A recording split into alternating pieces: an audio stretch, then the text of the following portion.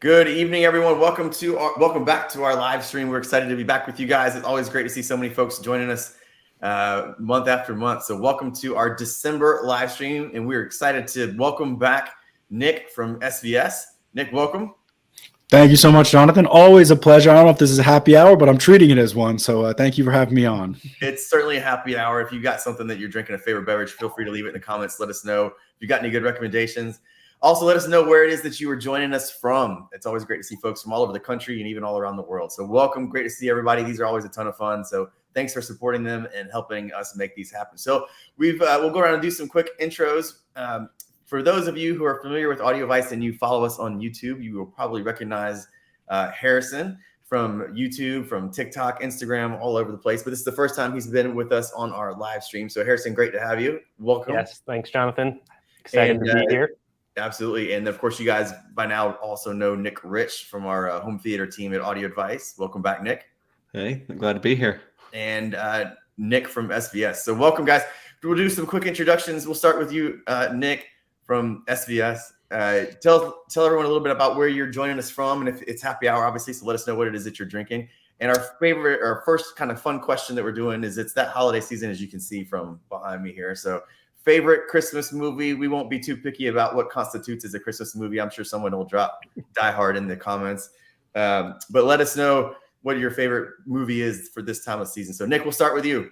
Absolutely. Well, I'm joining you from Rhode Island, and actually this is my brand new home theater space / office that just got put together in the last couple of weeks. So we might talk a little bit about that later, but I'm super excited to be up here. It's a much better look than what kind of looked like my mom's basement before. Even though it was my own basement, it just didn't have as much of a nice backdrop. So really just excited to be here. I'm the VP of marketing for SVS. I've been doing that for about 6-7 years now. It's been a lot of fun. They're a great company to work for, great leadership, great products, great customer service, like across the board. It's just a phenomenal team that I've just really had a lot of fun growing with. And my favorite movie, which I said before we were going to come on, I sort of have a double pick. My sort of warped selection is Krampus. If you've never seen Krampus, it's sort of a holiday horror movie, if you will. And I suggest you give it a chance. And I think you'll find it very entertaining if you have sort of a dark sense of humor. But then I also love the classic Home Alone one. I mean, I just watched that with my 6-year-old the other day. It's the first time he'd ever seen it, and he was riveted. I could see the little gears turning in his head when they were doing all the hijinks with the robbers. And he was just having so much fun watching that. And I'll throw a third one in there that I just caught this year, Spirited with Will Ferrell and Ryan Reynolds. It's a musical. I didn't expect it to be a musical, and I had a couple chuckles, but I wouldn't put it high on my list. But as far as the new modern ones go, if you're into musicals and you're into holiday films, maybe check it out. But I'd put it sort of in the middle of the spectrum in terms of my all-time favorites. I'll have to check that one out. Yeah, Home Alone obviously is a classic. I've got 2 kids, and they've already watched the first one. They'll watch the second one, I'm sure, here before long. And for those of you who don't know, we partnered with SVS probably right around 2 years ago, believe it or not, like right during the middle of COVID. So it was sort of a different, unique launch, but you guys have been fantastic partners ever since then and supported us in a big way. And obviously hope you guys feel like we've supported you in a big way as well. So next we'll go to Harrison. Welcome for the first time to our monthly live stream. It's great to have you. Yes, thanks. Excited to be here. Well, my favorite Christmas movie. I watched Christmas with the Cranks last night, so that's probably what I'm going to pick. But of course, you can't go wrong with Home Alone. Those are some of my all-time favorites as well. For anyone that doesn't know what I do here at AudioVice, I'm the videographer, photographer. So like Jonathan said, if you've seen some of our YouTube videos or our TikToks, you've probably seen my face on there before. And yeah, I do a lot of the reviews and film a lot of our home showcase movie theater tours and all of that stuff. So I'm excited to join the live stream and talk about these cool speakers and bass we have here. Awesome. It's great to have you, and absolutely you're a key part of our team. So we're great to have you on the live stream. And Nick Rich, welcome back. Yeah, so glad to be here. Yeah, for those of you who don't know me, I'm not the camera guy. That's why my setup doesn't look as good as Harrison's, but I'm an audio guy, so I've got these here. So yeah, I do theater design here on the online side. So anything from layouts to 3D renderings to equipment selection to calibration, do a little bit of all of it. So yeah, it's great. I'm calling here out of Asheville, and let's see. I'm trying to think what my favorite Christmas movie. I would say probably Christmas Vacation is going to be my number one. Mm. So it's a classic. I watch it every year. So I think that's got to be my number one. Very cool. And we all know you're a big Asheville local brewery kind of guy. So yeah, everyone else forgot drinks. Okay, so I'll just go ahead. I am drinking currently a Thunderstruck coffee porter from Highland. Absolutely great porter. For dinner? Highland's a Dinner? really fun brewery. Yeah, for dinner. It makes you feel better, Nick. I was sipping on eggnog with Evan Williams a little bit earlier. I just I finished my glass, so I got to had that for hydrate lunch. now. It's all right. No, Yeah. just kidding. Very nice. Can't get enough of that eggnog. Yeah. Cool. Well, hey, we'll jump right in. Nick, why don't you tell everyone a little bit about this awesome new product and what it is that we are giving away here today. So this is our second iteration of wireless speakers. It's called SVS Prime Wireless Pro powered speaker pair. Just rolls right off the tongue there. And it's a really, we took a lot of what we learned with our first iteration and tried to make as many improvements as we could across the board. The cabinets are bigger. It's got a bigger mid-bass driver, so you get more dynamic output, deeper bass. I think a lot of people, they don't always want to learn a new app. So we have the DTS Play-Fi platform, which is phenomenal. But we also added Chromecast and AirPlay 2, which allows you to direct stream to it at CD quality, which was a big addition. So it's an all-in-one hi-fi package. You don't really need anything else.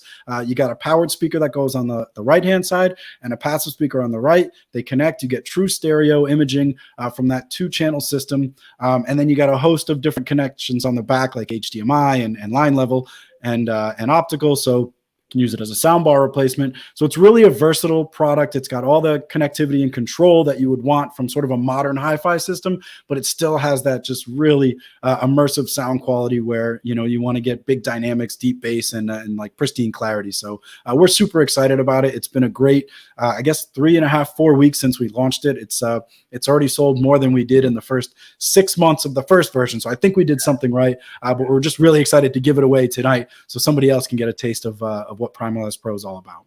Yeah, really cool package. So many different applications, whether it's bookshelves for your office, great way to do a TV setup as well, and then of course lots of different applications, lots of different sources that you can use, and we'll unpack a lot of these. So yeah, thanks for partnering with us on this giveaway. Thanks for entering our giveaway. We also are going to do, just for fun, for best questions. So if you have a question, go ahead and leave them in the comments, and we'll get to as many of those as we possibly can here in the next 52 minutes. But we're also going to be giving away a subwoofer, the SB-1000. Nick, why don't you tell us just a little bit about one of the most popular SVS subwoofers of all time? Yeah, so the SB-1000 Pro, that'll actually be given away with the speakers as well. But as a standalone subwoofer, it's on the more compact side. It's a 12-inch driver and about a 13-inch box, 325 watts RMS. 12, like I said, a 12-inch driver. It has the Bluetooth control app, and this thing is just super musical. It hits down to right around 19 hertz, so you're getting that infrasonic bass that I think a lot of other branded subwoofers don't get at their sort of entry-level point. And there's nothing entry-level about this subwoofer. I think, as far as SVS goes, whether you're buying our sort of introduction to a sealed model or our SB16 Ultra, you're not compromising. It's great for small to medium-sized rooms. It provides nice, tight musical bass. So it's just a great all-around subwoofer that I think somebody will be very happy to get. Awesome. Super cool. So go ahead and keep those questions coming. Like I said, we'll get to as many of those as we possibly can. Nick, for those who maybe aren't as familiar with SVS, why don't you share just a little bit about the brand and the story and what makes you guys, such a great brand?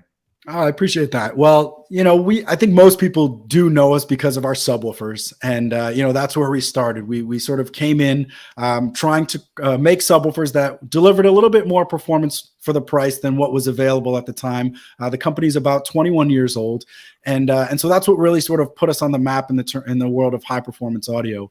Since that time, we've done dozens of different subwoofer lines. We always do ported and sealed models because they are very distinct in terms of the sound that they produce. But we've also branched into speakers. So now we have our Prime and Ultra Series line, and we also have accessories. That's actually the fastest growing part of our business with HDMI cables and ultra speaker cables, RCA, and the full gamut of cables that you need to connect all your system. And really what we're trying to do is that original sort of, passion that we had, which is just bringing high performance audio products to more people than ever by bringing the price down a little bit and not making you feel like you have to compromise even when you're buying, you know, something that's sort of on the lower end of what we offer. And I think a lot of other brands out there, you know, if you buy their entry level, you're really compromising. And so we try not to do that. And then we back it up with, you know, phenomenal customer service and just really try to create a total customer experience for all of our people. And we have very direct relationships with our community too. I don't want to go too on about it, but we were just doing a live event in Phoenix last night at a dealer called Star Power, where we were basically demoing the new Prime Wireless Pro and some of our subwoofers, you know, food and drinks. And, you know, it's just incredible. I had this guy come up to me and he was like, I got out of prison and I started tuning into your live streams, your happy hours that we do. And it like got me into this hobby and it helped me like get back into society. And I was like, I didn't know what to say because you don't expect to have that kind of interaction. And I know I'm going on a tangent here, but like that's the kind of thing where I take such value out of, you know, our community. They kind of appreciate what we're doing in terms of the live streams and trying to stay connected directly to people. So I think that's kind of what makes us special. And I think that's kind of what makes you guys special as well. Just the fact that we're sitting right here. Sorry, right in the room. Choke it up. I didn't mean to choke it up. Yeah, really. No, that's fantastic. That's fantastic, and it's great. You guys do a great job of, like you said, sort of getting out there and meeting customers face to face through dealers like ourselves or other dealers that you work with, and so that's a fantastic story. And you know, you guys have been a great supporter. Obviously, we had the big Audio Vice live event back in August, and you guys supported that in a big way. And I'm sure it was great for you guys to see so many people that are on this live stream as well as the live stream that you guys do, you know, quite frequently. And seeing everybody in person. So a lot of the folks who are joining us tonight, I'm sure also see you guys at your live streams, and a lot of folks are already commenting about your new setup. So we'll give you a chance to kind of walk through, because as you mentioned, SVS does subwoofers as well as anybody, but does so much more. And so you've got kind of a perfect, you know, real life application right behind you of all that you can do with SVS. So why don't you take a few minutes to kind of walk everyone through this really cool setup that you now have. Sure. So it's about 85% done, I would say. And, you know, I think, you know, what's left, I can get to that. But what you're currently seeing behind me is our Prime Pinnacle tower speakers, the front, left, and right, and then our Ultra Center speakers. So you can actually mix and match between our two speaker lines because they are timbre matched. So I chose the Ultra Center because I wanted a big beefy center. I don't think that's something you ever want to compromise on. So I went with that for my front LCR. You can see right there is the SB-1000. That is our one step down from the 16 Ultra. I actually have a second one in my garage just below me. That will go on the other side of that other tower speaker. So I will be going dual. And I should just sort of frame up what this project was. I'm on the second floor of my garage. So my wife really wanted a garage and a mudroom, and I wanted a better office / home theater. So we built the mudroom in the garage, and then we put this space above that, which became our home theater. So like I said, we had the Prime Pinnacle, the Ultra Center, SB-1000. I went with an LG 77-inch, I think it's a C2 OLED. And then one thing that I got really, really excited about, which I think is probably kind of geeky, but maybe you guys can share this with me, was my BDI furniture. Like, I didn't think I cared that much about AV furniture, but the storage, the ventilation, the wire management, like once I got this thing unpacked and I started like putting the different components in there, I was like, I'm glad I didn't skimp on this, because I think a lot of people are like, I'll just pick something up from IKEA, but they shake and they sort of get loose after time.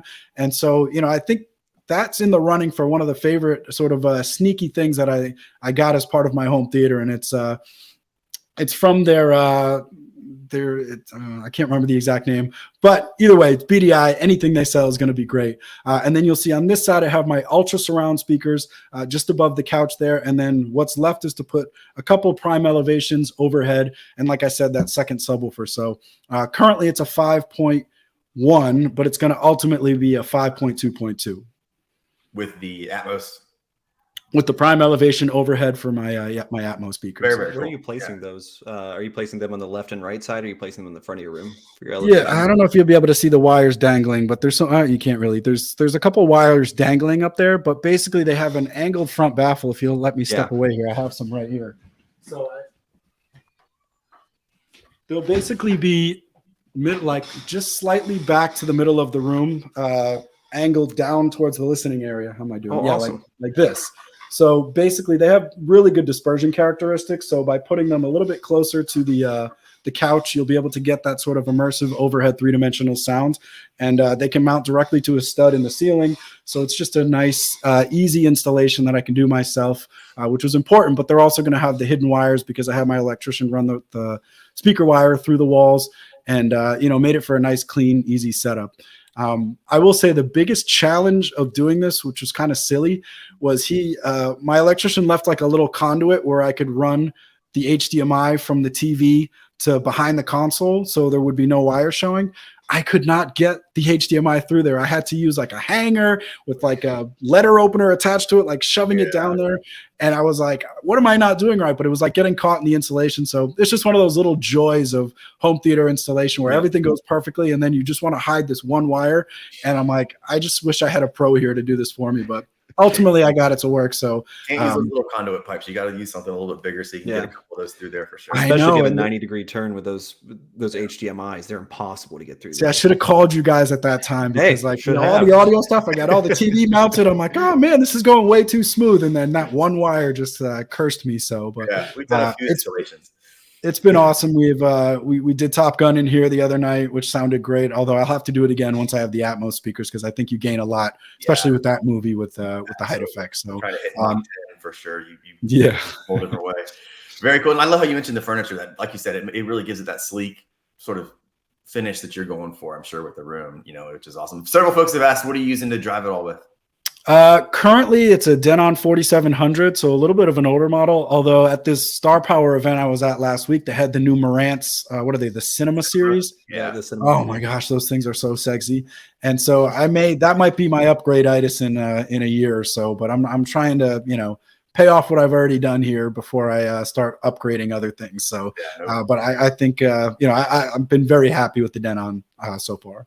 Very, very cool. Awesome. Well, thanks for that's a great way to set up, a lot about what we're going to be talking about. I'm sure if you've got a question on how to use SVS as a home theater application, again, I think you've got a perfect setup here that we'll unpack some more. So let's talk a little bit about these new speakers that you guys have launched. It was really cool to be able to see those at Audio Device Live. I know you've been showing those around for a little while, and it sounds like you mentioned, it's been a big successful launch. What sort of stands out as maybe some of the big features that you guys introduced or improved upon the first gen?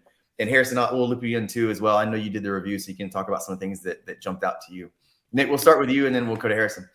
Yeah, so there's some key features that I think really differentiate it from the original. I mentioned it's got a larger cabinet with a bigger mid-bass driver. I think there was the original version left a little bit desired in terms of the low frequency extension and output. They didn't have enough bass, which I think, people were like, your SVS, come on.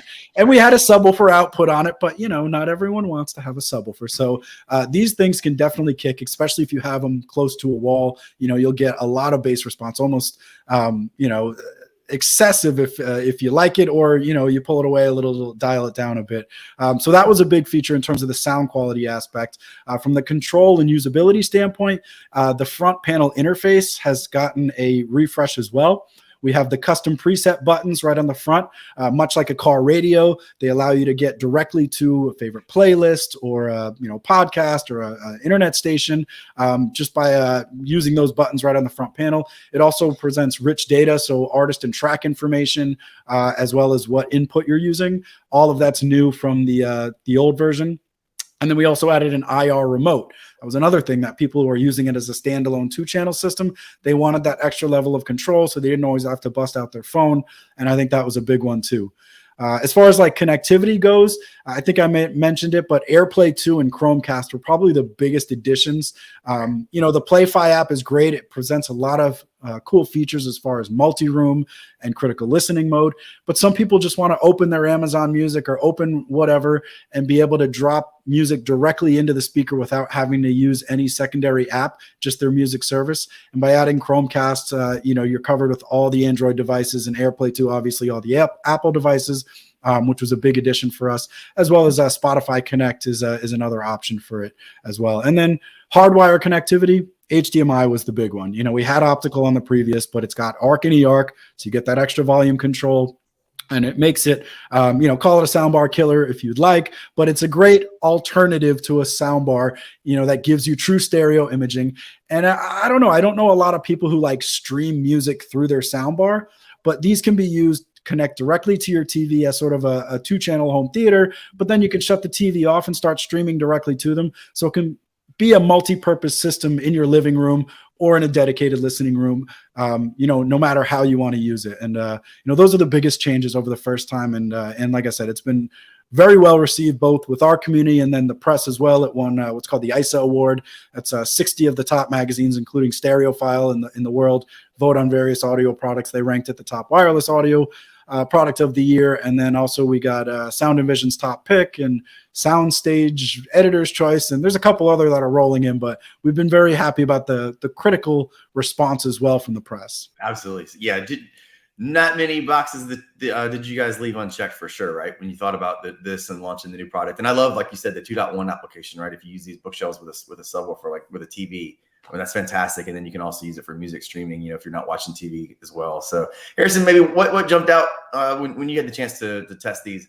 Yeah, well, first, Nick, I want to say that I'm sitting about 5 feet away from the Marantz Cinema 50 right now that we have on display in our video room. But we're going to have a full review. We're going to get the entire line before anyone else. So we'll have that coming up soon. So, if you're looking to decide which one to get, we'll have that on our YouTube channel. But yeah, some of my favorite things when I was reviewing it, Nick touched on a lot of the big features that changed, but what I really liked, one of my favorite things was these physical buttons to touch with all the presets. I set them up in my living space, and I was able to wake up every day and kind of live with them and see how I'd actually use them. My favorite thing was just to be able to walk by and hit 1, 2, 3, 4. 1 would go to one of my favorite podcasts on Spotify. 2 would go to a certain playlist. 3 would do something else. And, I didn't really think I would use that setting that much, but I found myself almost every morning getting up, going and pressing 1 and listening to the news, pressing 2 later in the day and pulling up, a release of radar playlist on Spotify. And just, it's really nice to have physical buttons in today's day and age. You get a lot of touch things that you're sitting there and pressing and smudging. So to actually have these physical buttons on this new model, it may seem like a small thing, but it was actually one of my favorite parts of it. And then I also was able to experience them with the first pair and then compare it directly to these. And like you said, the first pair, I sort of wanted to plug in the bass. So I wanted a little more bass in there, a little more sub. And with these, I really felt like I didn't need it. I did plug one in, but I was like, if you have a small space and you want to set these up, like you said, next to your TV, you don't need that sub. It does add some bass to it, but you really don't need it. And yeah, they're just super convenient to have. That HDMI is a huge upgrade. It adds so much more flexibility. Put them in your living room to use with your TV. I watched movies on them. I streamed music to them. I used them in every single possible way, living with them. And they just kind of feel like a speaker that almost like everyone should have. They're the utility speaker that everyone should just own them, especially if you're in an apartment and if you're getting into hi-fi, they're a great first step. And even if you're into hi-fi and you have a ton of different stuff, it's just one of those good speakers just to own and put in a spare room or just to have, because they have so many options to use them. Such versatility for sure. Go ahead.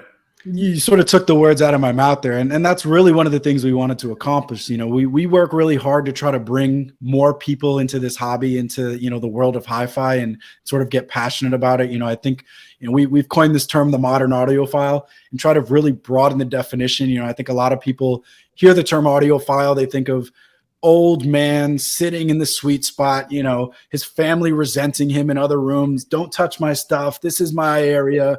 And it's like, that's antiquated and that's not good for what we're trying to do. So if we can create a product that's fun to use, that, a teenager can run up and stream Bluetooth, although Bluetooth, it has its compromises, it's easy. And I think it gets people to just appreciate better sounds. And I have a kid in college.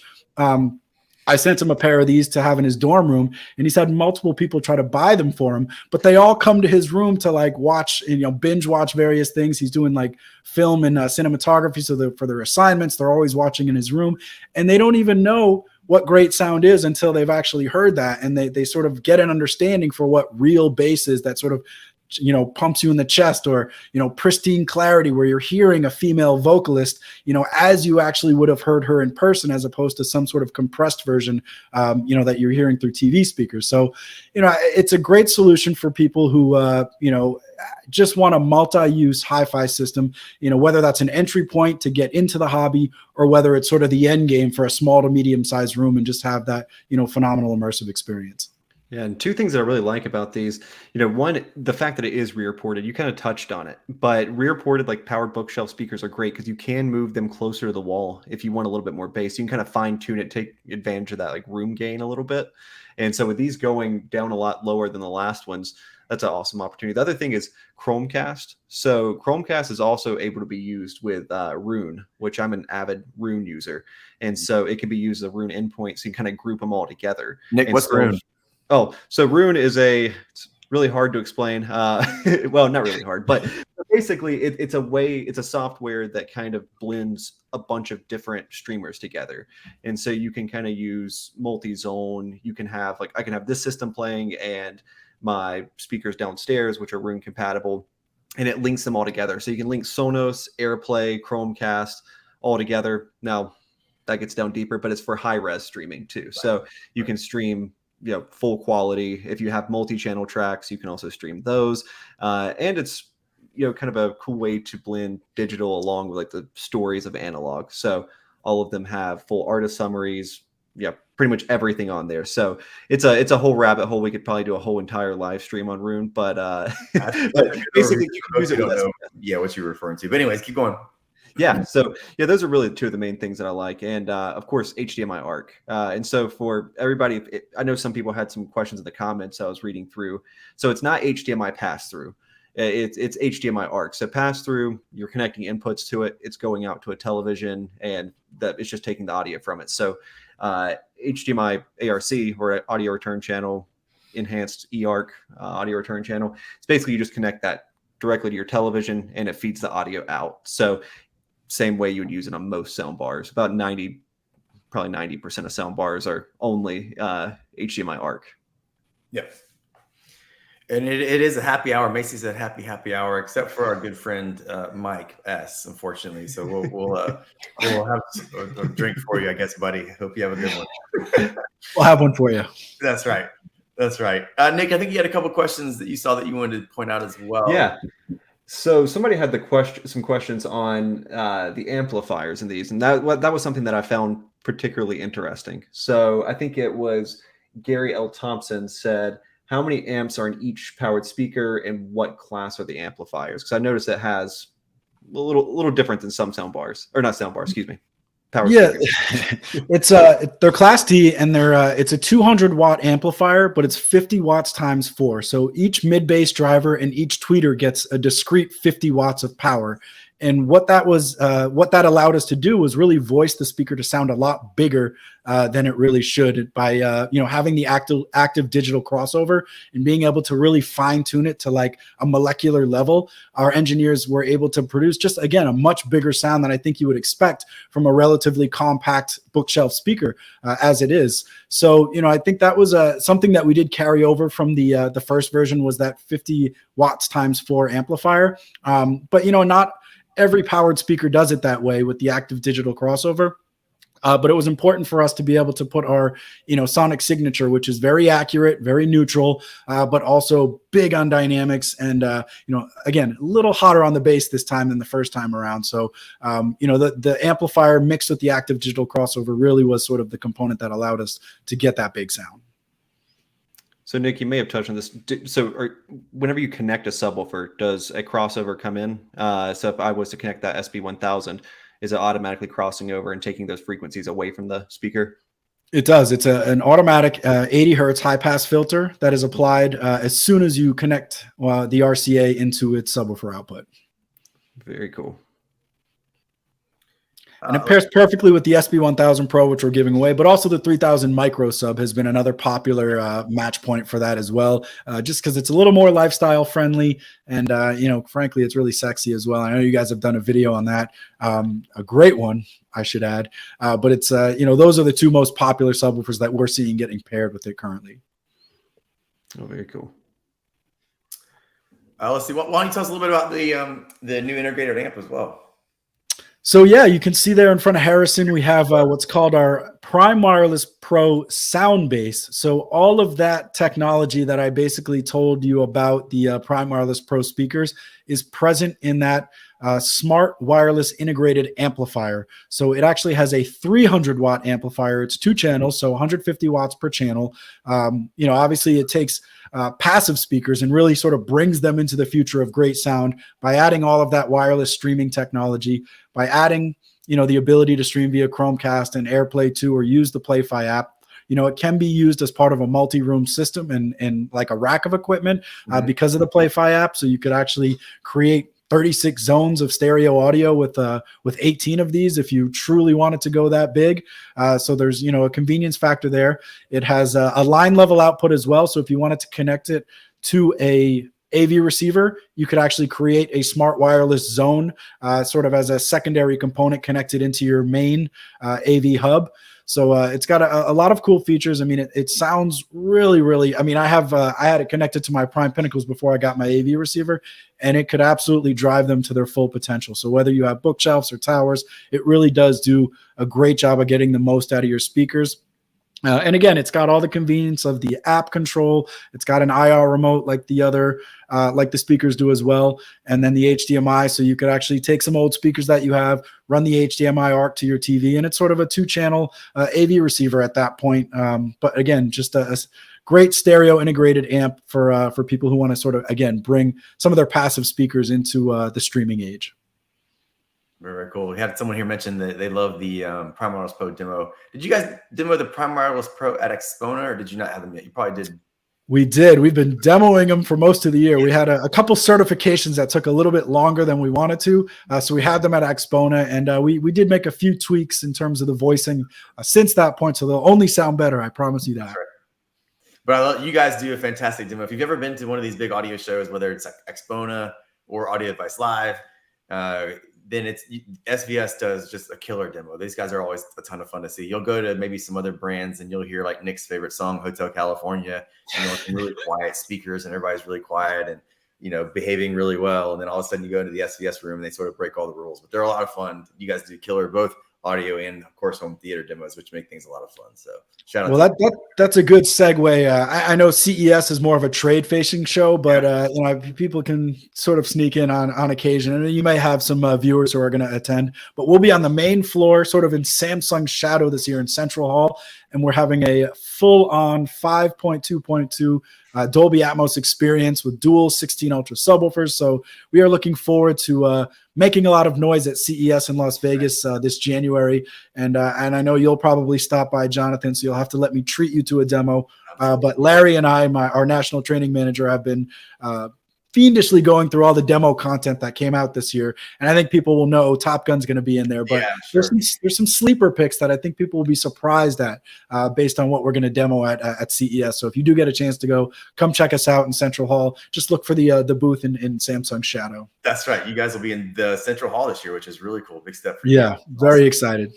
Yeah, Scott, if you guys know Scott, I'm sure most of you guys watching this video also recognize Scott from our YouTube channels. We'll be there. I think we got an appointment with you guys and Gary and Ken and the whole crew. So we'll be excited to see you guys at CES for sure. Let's see. We'll keep going through a bunch of questions here. Anything else jump out? Harrison, anyone that you see that jump out? We'll keep getting through as many of these as we can here for the next 30 minutes or so. Well, in the meantime, go ahead. I can touch on one. I don't remember which one it was, but someone was talking about the gatekeeping of this hobby. And like Nick was kind of saying, you kind of think of it as that old person, oh, don't touch my speaker. But I just want to touch again on like these speakers that because they are so versatile. And you said your son has people over to watch movies. I'm in the same background of the cinema video background. I love watching movies. And, years ago, I was studying cinema, watching movies, and I had a cheap soundbar from Walmart that I would use, and it would be good enough. And you really don't know the difference until you hear something like this. So it's an amazing first step. I just want to reiterate that it really is an amazing first step that brings you into that hi-fi sound, and you don't know what you're missing until you actually hear them. So if you do have a soundbar, I know we keep kind of joking, calling it the soundbar killer. It's going to destroy a small, cheap soundbar, And even some of the higher end sound bars, the bigger, more expensive ones, it's still going to destroy them because you have the separation. You have a lot more power to them. And I really highly recommend it if you are in that world of the small sound bar or just your TV audio. It's a great first step. Yeah, and you can't beat physics. Those woofers are so much larger. I mean, most sound bars, at least in the the small sleek ones, you're looking at what, a 1 or 2 inch driver, and it can't go down that deep. So when you have the larger woofers, just like on the SVS bookshelves, it's going to go down much deeper just naturally. Yep. I know you guys sell a lot of soundbars, and people love soundbars, and they are a lifestyle choice. They are phenomenally convenient. They don't take up a lot of space. They're very discreet. So, we're not trying to say that, everyone who has a soundbar needs to replace it with these. But as you guys were mentioning, there are certain sonic benefits you get from having a true stereo pair of speakers, in terms of the soundstage and imaging, being able to pinpoint sounds in space. And if you're not willing to run a full 5.1 home theater with, surround sound all around you, then the stereo system gives you a little bit more of that feel than you would get from the typical soundbar. So, that's part of what I think makes these appealing to a lot of people. And then it just has sort of that traditional hi-fi feel to it as well, where you just feel a little better listening to music, and music just sounds a little bit more convincing and realistic or sort of natural than it would from sort of just a single point in space coming in front of you. So, and I think the versatility angle is huge too, because, like I was saying with my son, he uses it for, like, they have these Madden gaming tournaments and, World, what's the new one that just came out? Gods of War, whatever. So they these people, and the detail that goes into some of these new video games is insane. And most people are conditioned to just listen on headphones. But when you get a subwoofer and a pair of speakers, and you get sort of that the ambient effects of the action happening all around you and sort of the in-your-face explosions, it's a different level, like, altogether. And I guess that was kind of a pun, but it just sort of levels up your whole experience. And I think a lot of the younger kids are sort of surprised by just what's possible, from a simple pair of speakers that that they just never heard before. Yeah. And just think about, like, a subwoofer in general. I mean, what the prime wireless, are they 5 1/4 inch? Yes. Yeah. So, I mean, a subwoofer just doesn't have the range. I'm sorry, not a subwoofer. A soundbar just doesn't have the range that you're going to be able to get. Yeah. Just not anywhere near as big, so they can't even compare. So I'm a big fan of that type of a setup for sure. And another thing is stereo imaging. People don't really understand stereo imaging until they try it. That was the first time I ever heard that. I fell in love with stereo. I mean, I've had a stereo since I was 15 years old, just because of that. Sat down, I was like, oh, the voice sounds like it's coming out of the middle where there's no speaker. And that's such a cool experience. You can pan it left, you can pan it right. Sometimes with better speakers, it extends, even beyond.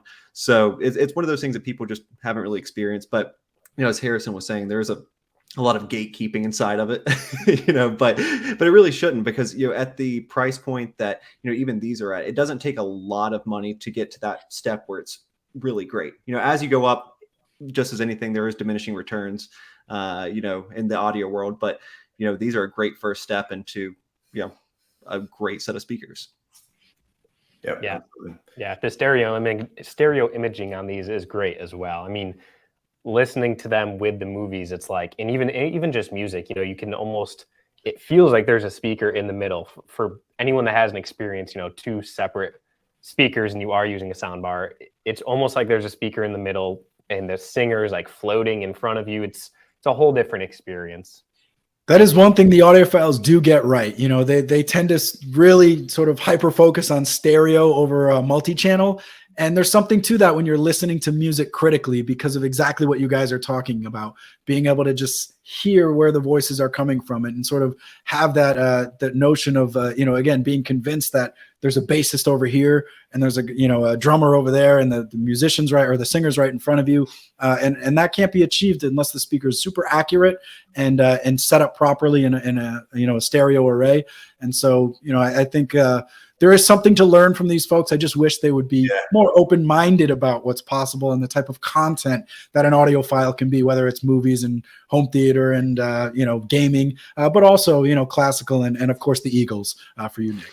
That's right. Yeah. So everybody, if anybody in the comments knows it's this. your favorite song. You don't need All to right, even. I've got a sign above my Yep, two-channel yep. system that says "No Hotel California" because I'm People so can't read burnt the out on notes. that song. So for my listening setup, I have a "No Hotel California" song because I like to play fun music. Exactly the same note you said, Nick. It's like people want to hear pretentious, well, either I'm not calling Diana Krall pretentious. I don't want anybody to burn me in the comments or get fired from my job. But there's the same stuff you hear over and over. But listening to what you like and a speaker that can accurately produce anything that's super hi-fi should be able to accurately produce any music that you like, in my opinion.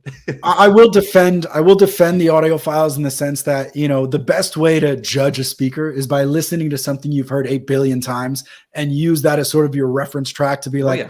I know what this has to sound like to be perfect. And so this is what I'm going to use to judge the speaker. So from that perspective, I understand why these old standbys, the Diana Kralls, the Eagles make sense. But it's not what I sit down and pop on when I want to really just sort of chill and listen to music. Yeah, for sure.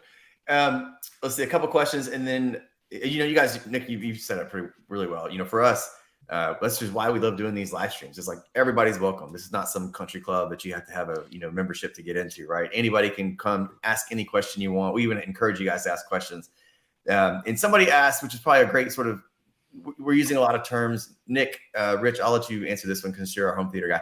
We use a lot of like 2.1 and 5.1 and 7.2 and 5.2.2. Like, what does that mean for the folks who maybe are new and are just getting into audio or home theater?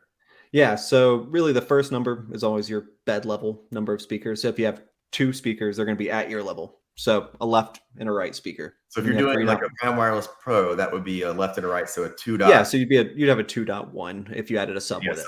Yeah. But if you just had a standard, you just have a 2.0. And so the more numbers that you have, basically the more numbers you have. And then you get into a third number, the mysterious third number, which is Dolby Atmos. And so I say Dolby Atmos, but there's other object-based surround formats. So, but SVS, for example, they have their prime elevations, which are really made to be height speakers. So a height speaker is just an overhead speaker. That's what he was showing earlier that he's about to mount, and it's really interesting. So I've always seen these mounted in corners, and that's something that really interesting that Nick's doing. So typically with height speakers, traditionally people use in-ceiling speakers or like bookshelves on ceiling mounts, but SVS has these. And so I've seen them used a lot in like rental homes for Atmos in that setup because people can run the cable straight up the wall, put some kind of cable channel in front of it so it hides it, and then you have some sort of height effect there. But mounting them on the ceiling is really interesting, and I haven't thought to do that because they're naturally angled at 45 degrees, so I imagine they'd work really well. They do, and I think, a lot of people, they ask us because, should I put them on my front stage above my, left and right, or should I put them right behind you? And the bracket that we use allows you to really take advantage of any of those placement options. Because some people, you got a ceiling fan or you got potted lights getting in the way. Those things can, create compromises that you have to make, but because of the bracket, you really have the option to put them anywhere. And the benefit over an in-ceiling, it's closer to a full range speaker than you would get from the typical architectural, which doesn't have a cabinet. They're not able to produce as much dynamic output or hit as low, so it gives you an advantage there. But I always think if you can have those baffles angled to shoot into the listening area, like that's the best way to do it. And I found that if you put them high on the sidewalls, angled down, or directly on the ceiling, angled towards that sweet spot, that's always going to get you the best sort of immersive effect of that 3-dimensional sound from Dolby Atmos, DTSX, and some of the other object-based formats. I think somebody, go ahead. Like, will there ever be like a 20th channel or something like that?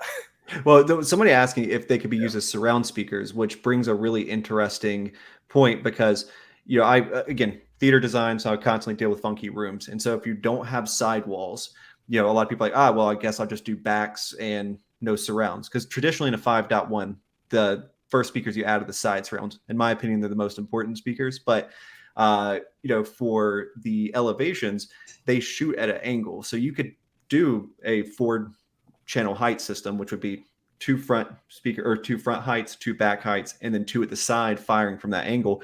And it may not be the same as having a speaker at ear level, but it's a really cool addition. But you can mount them on their side as well with the bracket, so you could put them at ear level on the wall And I saw my buddy Victor, who I met at the home entertainment show in Long Beach this past year. He mentioned the magnetic logo. So if you do have them mounted on the side, you can take the logo off. It's magnetic. You can switch it because I know how persnickety those audio files can be. So you can change the logo around to fit the orientation of where you have the speaker. So real audio files don't use grills, Nick. Real audio files don't use grills at all. Fair point. Are we being judgmental? No, I'm kidding. So just to like quickly recap, because I think we get a lot of questions on this, and we're trying to keep it really simple for folks. If you've got a bookshelves and a subwoofer, that's a 2.1, and then Nick Brown, you mentioned that you're doing a 5.2.2, right? Ultimately or eventually. So you've got your towers as your left, your right, your center channel. So that's 3. Then your 2 rears behind you. So that's 5. And then a 0.1 currently, because you just have 1 sub, but you're going to be adding another, so that'd be a 5.2. And then of course you'll add those 2 elevations in the ceiling, so that'd be a 5.2.2. We were at CEDIA. Did you guys see it, Nick? Did you see the Macintosh setup that had, was it like 29 zones? I don't even know what the configuration was. That's above even what I can figure out, but it was insane. Yeah, they had something crazy that, like, most people could only imagine having in their listening space, but like you were just like completely ensconced in sound and speakers. And I was pretty blown away. It was a fun experience. So, we won't quite get there at CES, but again, we're more about realism and what's possible in your living room or a dedicated home theater, perhaps. But I don't know a lot of people who could do 30 channels or so of audio in a single listening room. So I love it for a trade show. It certainly gets a lot of people excited and creates a line out the door. But that's not our MO. We'll leave that to Macintosh, and they do a great job of it. Yeah. So let's get back to some software questions. So I think Paul asked, do you guys have room correction / EQ function built in? So maybe that's a great opportunity to sort of tell everyone a little bit about your software app and all of the different things that you can do within that. So we're talking about subwoofers now, right? Yeah.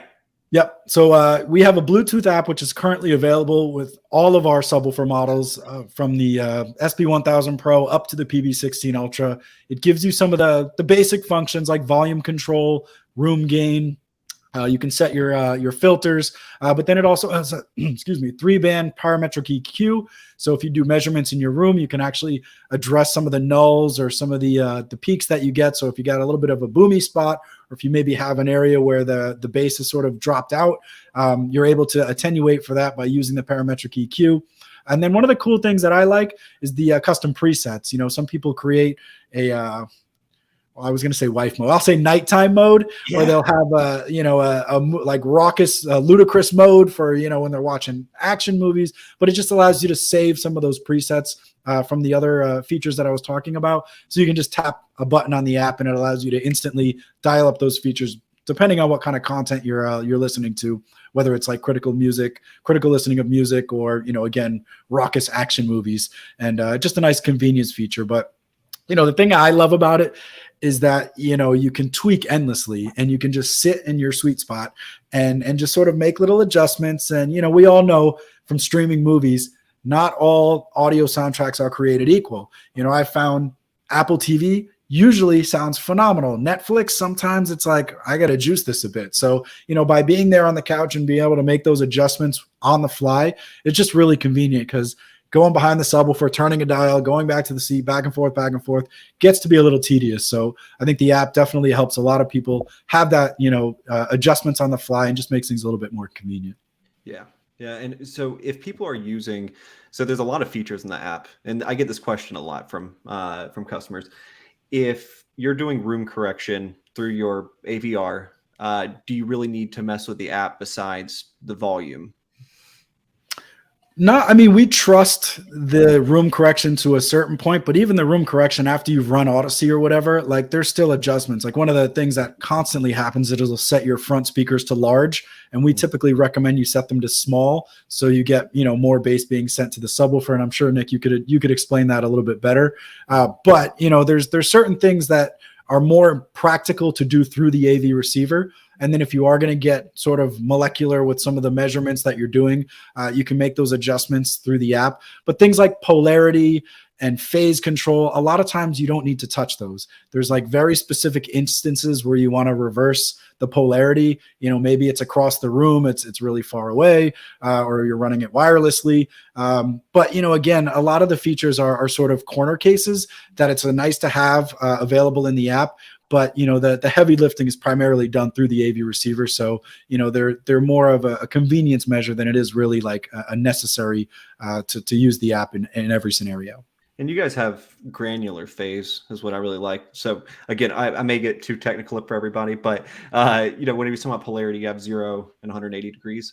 And so they actually have the ability to adjust timing very closely. So you can do it on a more of a granular level. So if you have, let's say, a 2-channel integrated amplifier that doesn't have any type of bass management crossover or anything like that, and you move your subwoofer slightly away from your front speakers, you can adjust the timing where both your speaker and your subwoofer are perfectly time aligned with that.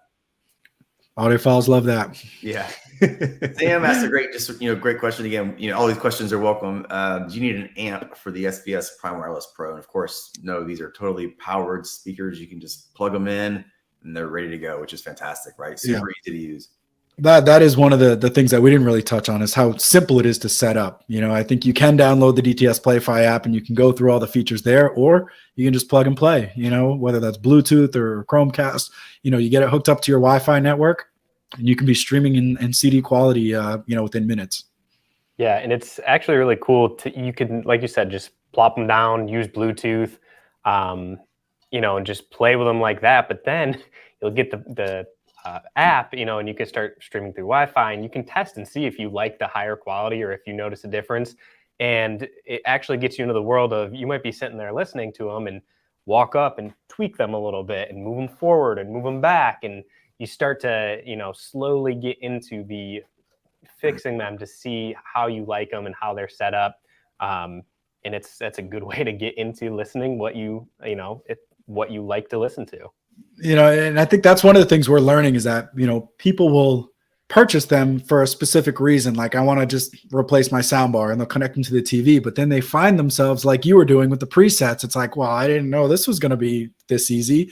You walk by, you're making dinner. It's like, I'll put on my, Frank Sinatra. That's what I cook to. So, that's what I'm going to listen to while I'm cooking. And you just cue it up and, there's dinner music for you. And I think people sort of learn to appreciate some of the features, and then it's like, well, I can't live without this now.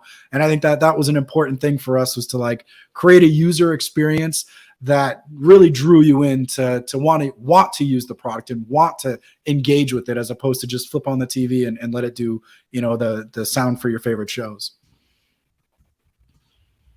Let's see. Kevin asks, is it just for one speaker? So no, you're pairing to both speakers at one time. They play together, right? Obviously. Correct. Not obviously. It's a good question. What's the umbilical cord between the two, Nick? I noticed that. I was looking at the back of the speakers just now, and it doesn't look like a traditional speaker cable. Yeah, it's a proprietary. It just basically allows us to send those discrete power signals to both the tweeter and the mid bass. So, basically, if you were to cut it open, you'd see, different wires split together that would feed into those individual drivers and tweeters. And again, it's allowed us to really create that active digital crossover experience where, just a much bigger speaker than you would typically have. And there are longer lengths. The standard one is 10 feet, but you can also get 15 and 20 if you were going to really spread these out. And so do you guys have this on sale or for sale on your website right now? Correct. Perfect. And we can obviously get them to you guys as well.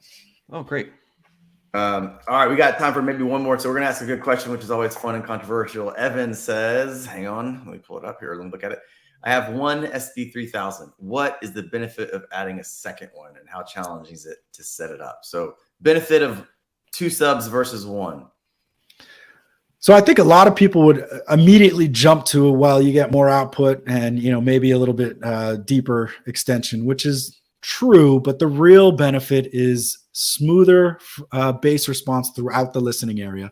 And this is especially important if you have sort of a large sectional couch like this, or maybe rows of seating.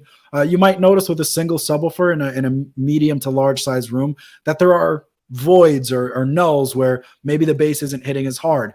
And when you add a second one, it just creates a more density in terms of the low frequency sound waves.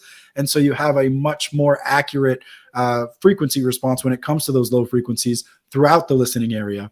And it also decreases localization. I mean, typically bass is known to be omnidirectional. It fills the room. It's not really something you should be able to pinpoint. But with a single subwoofer, if you close your eyes, sometimes it's possible to be like, I can tell the subwoofer's over there. With two subwoofers, it just feels like it's all around you. The bass is coming from every direction, and it's sort of like swathing you in a comfortable vibrational energy of, just great lows. And, I think that's sort of the biggest advantage of adding duals. And Nick, I'm sure you could add a more scientific definition, but those are the biggest things that we like to say about, why you would go dual over a single. No, that's pretty much exactly right. Location accuracy. You don't want to be able to point at a subwoofer. In a system where the subwoofer is properly set up, you shouldn't really be able to point at a sub. There's a lot of different ways of finding that out, but the more that you add, the harder that is. And I think the big misconception that people get are like, oh, well, this is a smaller room. I don't need two subs to pressurize it. And that's really not how it works. Even though two subs does give you a lot more headroom, two subs really isn't about just making the room slam all the time. While it can, it's about the physics behind it. So two subs is great, four is better, six is even better than that, et cetera, et cetera. And preaching to the choir now. It is interesting though that, just again, not really getting all into the details and the physics, but I mean, you can actually measure it. And there's different ways that you can do that. But like Nick, if you were to walk around your room and had your subwoofer set up before you put your furniture and everything in there, right? You could actually place them, a track, and you could walk around maybe the corners of the room, and you could actually hear those, voids and nulls and so forth, very, very clearly. Sub crawls, yeah. So yes, people still do sub crawls, and sometimes one of the big things that I get is customers say, I set the system up myself, and whenever I'm sitting in my main listening area, there's no bass whatsoever. And, this happens with a lot of, even super high-end systems. It's just physics. You can't beat physics. And I say that with a non-treated room here. But, when it comes down to it, you can kind of walk around the room and find different areas where bass is really hot. There's no bass whatsoever. So nodes and anti-nodes is typically from the physics level. But yeah. And speaking of the sub crawl, I just want to shout out, we do have an entire YouTube video. If you're wondering what the sub crawl is, on how to set up your sub, we have one that is the best placement options. So we show you all the different ways to place them, where to place them. And then we actually have another video that's how to calibrate your subwoofer. You can find that on our YouTube channel as well. So that's a great way. You don't want to just plop that subwoofer down, go watch those videos to get it perfect, and it will definitely improve the experience.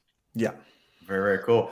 Well, that's just about all the time we have. Thanks to everyone for joining us. We will announce our winner of this incredible package. So again, thank you, Nick, and the team at SVS for partnering with us on this awesome giveaway. We'll announce the best question giveaway here first. Nick Rich, I'm going to let you take that one. Yeah. So one of the questions that really sparked a good conversation was how many amps are in each powered speaker and what class of amplifier? I thought that was a really interesting question. That was from Gary L. Thompson. So congrats, Gary. You just got a new subwoofer. And Gary. Woo! Very, very cool. Congrats. We'll make sure we get that out to you. We'll reach out and get your info and get that one out to you. And of course, our big winner we'll announce. But before we do, we'll let you guys know our giveaway for next month. So we'll put that up on the screen. Is a really cool brand new product from our friends at Rotel. I guess I'll put that up real quick here. Hang on. There we go. Thank you for doing that. So you can see the brand new Rotel S14 integrated network streamer. Super cool. We've had Rotel on before. Those guys are also great partners. So we'll be excited to talk more about that $2,500 value next month. So we'll get that live here in just a minute. You can go ahead and enter for next month. And be sure to check out. We've got a lot of great content coming out before the end of the year, where Harrison has been super, super busy with some new receivers and soundbars and all kind of good stuff. So be sure to follow us for some great content coming out here before the end of the year. So our winner for our giveaway this month is Devin Marshall from Georgia. So Devin, congrats. You are our big winner this evening. You're going to absolutely love these new Prime Wireless Pro speakers. You can pick white, black, completely up to you. And of course, we'll send you the subwoofer as well. So congrats. Thanks again, everyone, for joining us. We hope you guys have a great holiday, great Christmas, great New Year. So fun to have you guys and to have such a great following. We really appreciate it. Nick, thanks again for joining us. You guys are always a tremendous partner. It's a ton of fun. We'll look forward to seeing you guys at CES. And be sure to tune in next month. So thanks again, everyone. Have a great evening. We will see you guys all again next time. Happy listening. Thanks, guys.